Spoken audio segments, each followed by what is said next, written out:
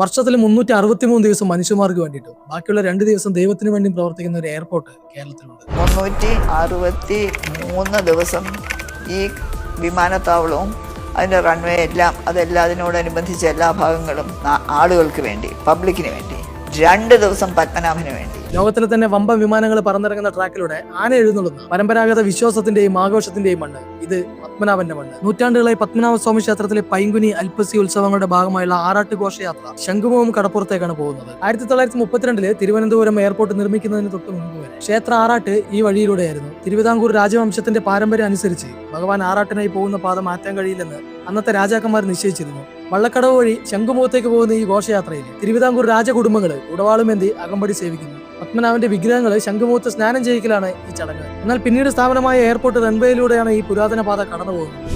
ആചാരങ്ങളോടുള്ള ബഹുമാന സൂചകമായി വർഷത്തിൽ 2 തവണ നടക്കുന്ന അൽപ്പസി പൈങ്കുനി ഉത്സവങ്ങളിൽ എയർപോർട്ട് 5 മണിക്കൂറിലധികം അടച്ചു വെക്കുകയും വിമാന സർവീസുകൾ നിർത്തിവെക്കുകയും ചെയ്യുന്നു. എയർപോർട്ട് അതോറിറ്റി ഓഫ് ഇന്ത്യ ഏറ്റെടുത്ത ശേഷം ഇപ്പോൾ അദാനി ഗ്രൂപ്പ് എയർപോർട്ട് നിയന്ത്രിക്കുമ്പോഴും ഈ പാരമ്പര്യം തെറ്റാതെ ഇന്നും തുടരുന്നു. വിമാനത്താവളത്തിന്റെ റൺവേയിലൂടെ ആനകളും വാദ്യമേളങ്ങളുമായി ഭക്തജനങ്ങൾ നീങ്ങുന്നത് ലോകമെമ്പാടുമുള്ള വിനോദസഞ്ചാരികളെ ആകർഷിക്കുന്ന കാഴ്ചയാണ്. വികസനത്തിന്റെയും സുരക്ഷയുടെയും പേരിൽ ഈ നാട് കുതിച്ചുപോയുമ്പോൾ പലപ്പോഴും മൺമറഞ്ഞു പോകുന്നത് ഇത്തരത്തിലുള്ള പാരമ്പര്യ ആചാരങ്ങളും ആവേശങ്ങളുമാണ്.